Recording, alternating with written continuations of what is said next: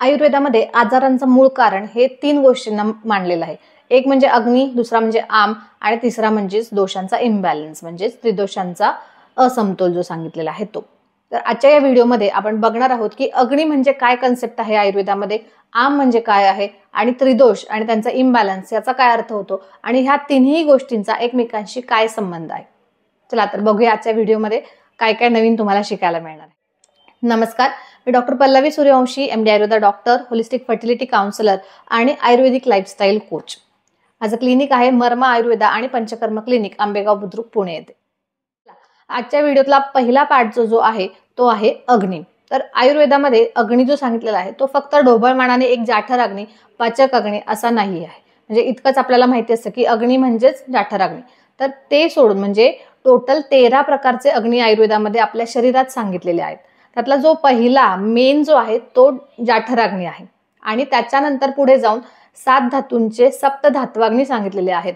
म्हणजेच आपण ज्यावेळी आहार घेतो तर त्याचं हे पचन हा आपला जो जाठराग्नी आहे तो करतो. त्याच्यातून एक आहार रस निर्माण होतो. म्हणजे जे काही आपण खातोय त्यातले जे काही न्यूट्रिएंट्स आहेत, पोषण आहे, ते सगळं ह्या आहार रसामध्ये येतं. आणि जो आहार रस नाहीये किंवा जो खराब भाग आहे तो मल म्हणून बाहेर टाकला जातो. पुन्हा या आहार रसापासून हे सप्तधात्वाग्नी आपल्या आपल्या धातूसाठी आवश्यक असलेले जे काही न्यूट्रिएंट्स आहेत, पोषक आहेत, ते घेतात आणि त्याच्यापासून रस, रक्त, मांस, मेद, अस्थि, मज्जा, शुक्र हे 7 धातू ह्या आहार रसातून ह्या सप्तधात्वाग्नींच्या मदतीने बनतात. हे जे आहे इथपर्यंत सुद्धा आपण मॅक्रो म्हणू शकतो, मॅक्रो लेवल पर्यंतचं डायजेशन म्हणू शकतो. आणि याही पुढे जाऊन पंचमहाभूत जे आहेत त्यांचे धात्वाग्नी, त्यांचे जे अग्नी आहेत म्हणजे पंचमहाभूताग्नी जे आहेत हे त्याच्या पुढचं पचन जे असतात ते करत असतात. म्हणून हे 5 अग्नी, पंचमहाभूतांचे 5 अग्नी, सप्तधातूंचे 7 अग्नी आणि एक जाठराग्नी असे मिळून टोटल 13 अग्नी आयुर्वेदाने सांगितलेले आहेत. तर मग हे अग्नीला इतकं महत्व का दिलेलं आहे? कारण अग्नी व्यवस्थित असेल तर तुम्ही जे खालताय त्याचं पचन व्यवस्थित होणार आहे, त्याच्यातून तुम्हाला छान एनर्जी मिळणार आहे, तुमचं वजन व्यवस्थित मेंटेन राहणार आहे. मेंटेन म्हणते मी, वाढणार नाही, कमी होणार नाही. जर व्यवस्थित अन्न पचलं तर तुमचं वजन मेंटेन राहणार आहे किंवा जर ते वाढलेलं असेल तर मात्र ते कमी होणार आहे डेफिनेटली. पण जर तुम्ही व्यवस्थित असाल तर तुमचं वजन जे आहे ते मेंटेन राहणार आहे. त्यानंतर पुढची कन्सेप्ट आहे तर ती म्हणजेच आम. तर ही आम कन्सेप्ट जी आहे ती ही अग्नीशीच रिलेटेड आहे.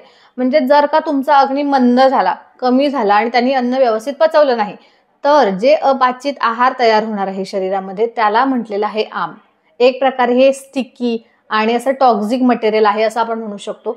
आणि विषारी द्रव्य खरं तर तयार होतात. म्हणजे उदाहरणच द्यायचं राहिलं की तो जो आहार घेतलेला आहे तो जर व्यवस्थित पचला नाही तर तो शरीरामध्ये कुजायला लागतो, सडायला लागतो आणि मग ती जी विषारी द्रव्य तयार होतात ती म्हणजे ही आम. शरीरात तसाच पडून राहिला तर त्यापासून पुढे जाऊन आजारांची निर्मिती व्हायला लागते. तर असा हा आम तुमच्या शरीरात आहे का? असेल तर तो कसा ओळखायचा? तर खूप सोपी टेस्ट आहे याच्यासाठी.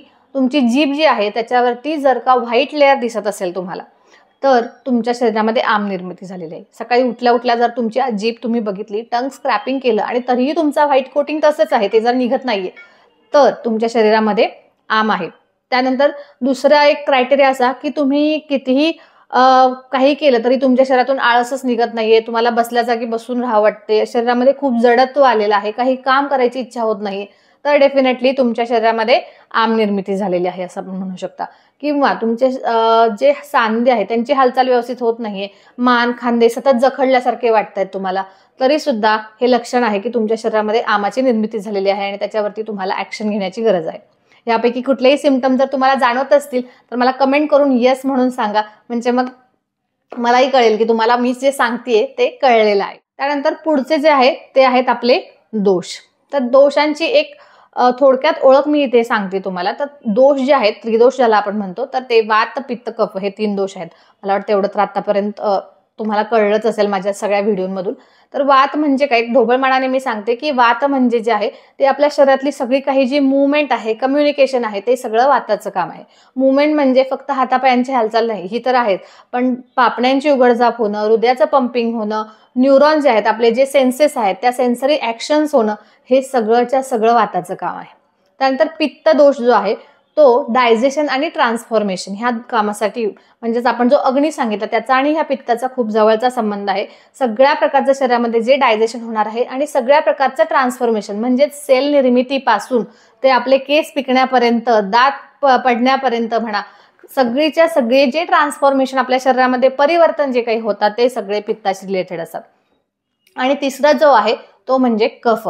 तर कफ दोष जो आहे तो हा स्ट्रक्चर आणि स्टॅबिलिटीचं काम करतो. म्हणजेच आपल्या शरीरामध्ये जे काही मसल्स आहेत, बोन्स आहेत, जॉईंट्स आहेत, ह्या सगळ्यांना एक प्रकारचं स्ट्रक्चर देण्याचं काम हा आपला कफ करत असतो. आणि शरीराला स्टॅबिलिटी देण्याचं, म्हणजे हा जो वात आहे ना खूप पळणारा, तर त्या वाताला एक प्रकारे कंट्रोल करण्यासाठी आपल्या शरीरामध्ये कफदोष आहे असं म्हटलं तरी चालणार आहे. तर हे दोष का बिघडतात? जर समजा तुम्ही खूप जास्त जागरण करताय, खूप जास्त प्रवास करताय, तर तुमचा वातदोष बिघडू शकेल. आणि वातदोष बिघडला की त्यानंतर तुम्हाला मे बी जॉईंट्स पेन होऊ शकतात, किंवा झोप न लागणं हा सुद्धा वात बिघडल्यामुळे सुद्धा होणारा असा सिम्पटम आहे, साईन आहे. चिडचिड होऊ शकते, मनात सतत विचार येऊ शकतात. ह्या सगळ्या गोष्टी तुमच्या वात वाढल्याच्या लक्षणांमध्ये येतात. तुमच्या खाण्यामध्ये खूप जास्त स्पायसी पदार्थ आले तर तुमचं पित्त बिघडू शकतं, आणि पित्त जास्त प्रमाणात वाढलं तर तुम्हाला हायपर ऍसिडिटी होऊ शकते, स्किनवरती रॅशेस होतं, त्यावेळेला जळजळ होणं, लघवीला जळजळ होणं ही लक्षणं दिसू शकतात. त्यानंतर जर समजा कफ तुमचा डिस्टर्ब झाला, तुमच्या खाण्यामध्ये खूप थंड पदार्थ आले आणि कफ डिस्टर्ब झाला असेल, तर कफाचे जे आजार आहेत जसं की सर्दी होऊ शकते, त्यानंतर झोप जास्त प्रमाणात येणं, वजन वाढणं, हे सगळे काही ना काहीतरी सायन्स जे आहे ते कफ वाढलेले आपल्याला दिसू शकतात. आता आपण बघूया की मी जे 3 कन्सेप्ट तुम्हाला आज सांगितलं की अग्नी, आम आणि त्रिदोष ह्यांचा एकमेकांशी कसा संबंध आहे, तर तुमचा जो अग्नी आहे तो जर का मंद झाला तर त्याच्यातून आमाची निर्मिती होते. म्हणजेच अपाचित जो आहार राहिलेला आहे तर त्याच्यापासून आम निर्मिती होते. आणि जर का आम निर्मिती झाली तर ते शरीराच्या काही ठिकाणांमध्ये साठून राहतं आम, आणि तिथून पुढे दोषांचा इम्बॅलन्स व्हायला लागतो. कारण दोषांची जी रेग्युलर गती आहे, त्यांचं जे काम आहे त्याच्यामध्ये हा आम अडथळा करतो, आणि त्यामुळे दोषांची स्थिती बिघडते, त्यांचा लय बिघडतो, आणि मग दोषांचा क्षय प्रकोप, म्हणजेच ते दोष वाढतात, कमी होतात, असे वेगळ्या वेगळ्या त्यांचा असमतोल होतो, आणि मग ते रोगाचं कारण ठरतं. म्हणूनच ज्यावेळी आयुर्वेद लाईफस्टाईल आम्ही सांगतो तर त्यावेळेला तुम्हाला हे जे बेसिक्स आहेत की हा दोष का वाढला असू शकेल, किंवा हे जे मला आता सिम्पटम दिसतंय ह्याच्यामागे कोणता दोष वाढलेला असू शकेल, एवढं साधं लॉजिक तरी तुम्हाला लावता येऊ शकतं. आणि एखादी क्विक रेमेडी, म्हणजेच जर का तुम्हाला सर्दी झाली तर तुम्हाला उष्ण उपचार करणं, किंवा डोकं दुखते तर डोकं का दुखत असेल, जागरणाने डोकं दुखतंय, पित्त वाढल्यामुळे डोकं दुखतंय, की कफ डोक्यात साठलाय म्हणून डोकं दुखतंय, असे वेगळे वेगळे आहेत ना, तुम्ही लॉजिक तरी लावायला शिकू शकाल. एवढी छान ही आयुर्वेदिक लाईफस्टाईल तुम्हाला शिकवता येऊ शकते. तुम्हाला जर ही आयुर्वेदिक लाईफस्टाईल शिकायची असेल तर मला कमेंट करून आयुर्वेदा लिहा. व्हिडिओ तुम्हाला आवडला असेल तर नक्की लाईक करा, शेअर करा, आणि ही माहिती जास्तीत जास्त लोकांपर्यंत पोहोचवा. कारण आयुर्वेद जो आहे तो जनमानसांपर्यंत पोहोचला पाहिजे.